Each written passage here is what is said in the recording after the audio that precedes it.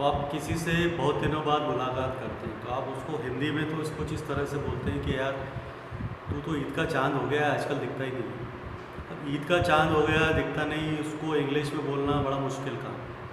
तो इसको किस तरह से एक इम्प्रेसिव वे में बोला जाए, तो एक आप कुछ मूवीज़ देखना, उसमें इसका इस्तेमाल किया गया है कि लॉन्ग टाइम नो सी। तो आजकल हम लोग सिर्फ इतना बोलते हैं लॉन्ग टाइम। देखिए लॉन्ग टाइम बोलने से ये हो गया कि आप ईद का चांद हो गए, आजकल दिखाई नहीं देता। सिर्फ लॉन्ग टाइम बोलना है आपको। और इस बात को समझना कोई इतनी बड़ी बात नहीं। जैसे मैंने बोला, समझदार को इशारा काफ़ी होता है। समझदार को इशारा काफ़ी होता है, इतना बड़ा सेंटेंस है, इसको बोलना है सिर्फ आपको a word to wise. A word to wise का मतलब है समझदार को सिर्फ एक शब्द ही काफ़ी होता है। देखा जाए तो पूरा वर्ड, जो पूरा सेंटेंस है वो कुछ इस तरह से है कि a word to wise is enough. A word to wise is enough.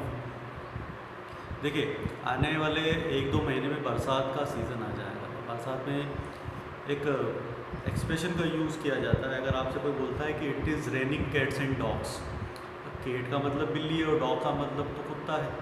तो कुत्ते बिल्ली लड़ रहे हैं कुछ इस तरह से नहीं, इसका मतलब ये है it is raining cats and dogs का मतलब है कि बहुत तेज़ बारिश हो रही है, मूसलाधार बारिश हो रही है।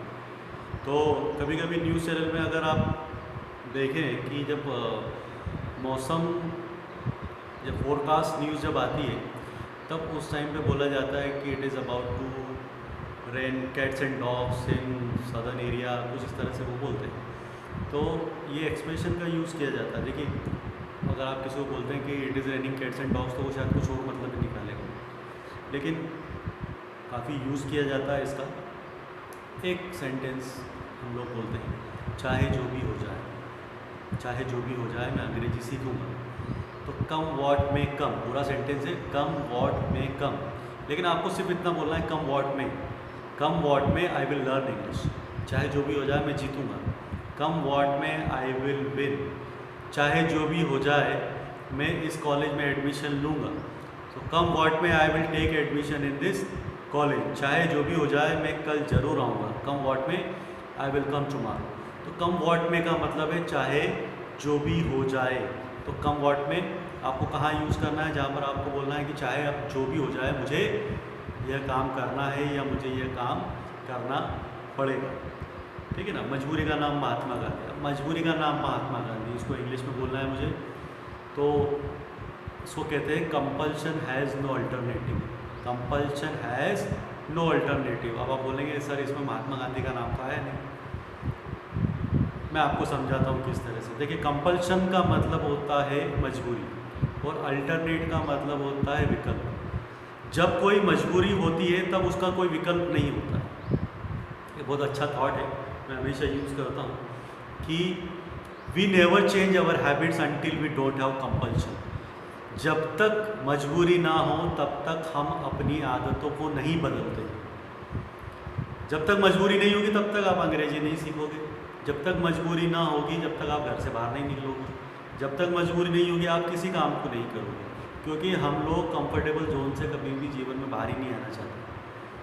हम नहीं आना चाहते। एक बहुत अच्छा थॉट है, ऐसा कहते हैं। हिंदी में बताना चाहूँगा कि आज संघर्ष कर लीजिए तो ज़िंदगी भर ऐश करोगे, या आज ऐश कर लो तो ज़िंदगी भर संघर्ष करना ही है।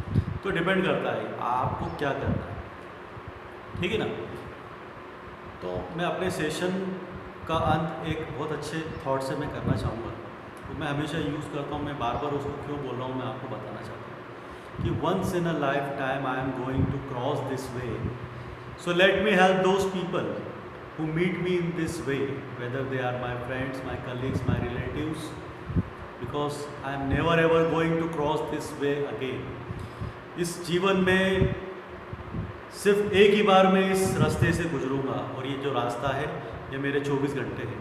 इस रास्ते पर मुझे जो भी मिले, चाहे वो मेरा दोस्त हो, मेरा रिश्तेदार हो, अजनबी हो, जो भी हो, मुझे उसकी मदद कर लेने दो। क्योंकि मैं इस रास्ते से ज़िंदगी में दोबारा नहीं गुजरने वाला हूँ। तो ये रास्ता है मेरे 24 घंटे। ये 24 घंटे मेरे जीवन में कभी दोबारा नहीं आने वाले। एक छोटी सी बात, मैं डराने के लिए नहीं बोल रहा हूँ, लेकिन आप थोड़ा सा समझना इस चीज़ को कि एक एवरेज लाइफ इंसान की कितनी होती है। आज के समय देखा जाए तो मुझे लगता है कि 60 साल अगर कोई व्यक्ति जी लेता है तो उसने बहुत लंबी जीवन जी लिया। तो अगर आज किसी की उम्र 30 साल है तो वो ये सोचकर खुश होता है कि नहीं, मेरे पास में 30 साल अभी बचे हुए हैं। लेकिन जब आप इन 30 सालों को दिनों में कन्वर्ट करोगे तब आपको पता चलेगा कि करीबन 10.5 या 11,000 दिन आपके पास बचे हुए हैं और आपका एक एक दिन यूं ही गुजर रहा है। आज से कुछ समय बाद ये शायद 8,000 बचेंगे, फिर 5,000 बचेंगे, फिर 6,000, फिर 4,000, फिर मालूम पड़ेगा 15 दिन बचे हैं, 10 दिन बचे हैं और ऐसे ही समय निकल जाएगा। तो दोस्तों, मेरा कहने का मतलब यही है कि डोंट वेस्ट योर टाइम, अपना समय बर्बाद मत करो। Make the most of each and every moment, हर समय हर मोमेंट का फ़ायदा उठाएं आप ज़्यादा से ज़्यादा। क्योंकि एक थॉट मैंने अपना पहले वाले सेशन में लिया था कि whatever you do you for yourself it will die with you. जो भी आप अपने लिए करते हो वो आपके साथ ही ख़त्म हो जाएगा, लेकिन whatever you are doing for others it will remain always. जो भी आप दूसरों के लिए करते हो वो हमेशा ज़िंदा रहता है, वो चीज़ हमेशा जीवित रहेगी। So it is a time to say call it a day. अब समय आ गया है कि मैं सेशन अपना समाप्त करूं और दोबारा मैं आप लोगों से कल मिलूँगा। Thank you very much, have a nice day.